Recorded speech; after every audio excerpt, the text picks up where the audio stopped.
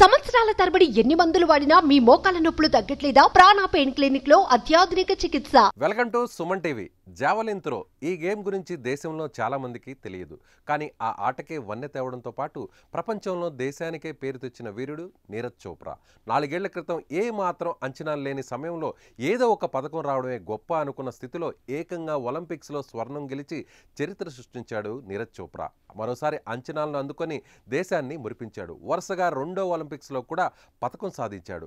Tokyo Olympics స్వర్ణం సాధించిన Neeraj చోప్రాకు Paris ఒలింపిక్స్లో రజతం దొక్కింది. సీజన్ బెస్ట్ త్రోతో 89.45 మీటర్ల విసిరి 2వ స్థానంలో నిలిచాడు.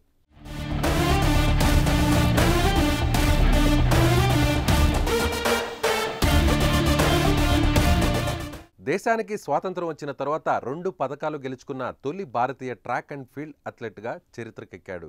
ఈ ఈవెంట్లో పాకిస్తాన్కు చెందిన అర్షద్ నదీమ్కు స్వర్ణం దక్కింది.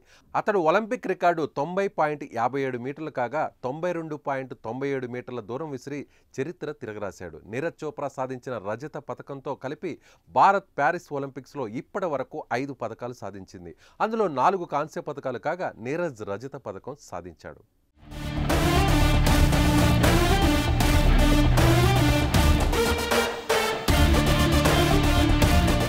ప్యారిస్ ఒలింపిక్స్లో రజతం సాధించిన నీరజ్ చోప్రాకు ప్రధానమంత్రి నరేంద్ర మోదీ అభినందనలు తెలిపారు.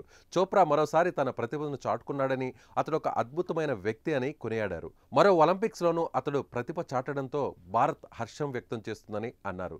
రజతం సాధించిన అతడికి అభినందనలు తెలియజేస్తున్నారని, భవిష్యత్ తరాల అథ్లెట్లను నీరజ్ చోప్రా ప్రోత్సహిస్తూనే ఉంటాడని కొనియాడారు.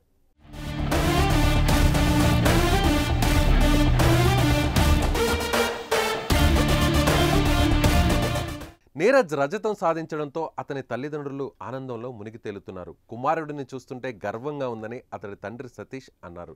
గాయం తీవ్రత కూడా అతడి ప్రదర్శనపై కాస్త ప్రభావం చూపించి ఉండొచ్చని, లేకపోతే ఇంకా మెరుగైన ప్రదర్శన చేసే అవకాశం ఉండేదని తెలిపారు.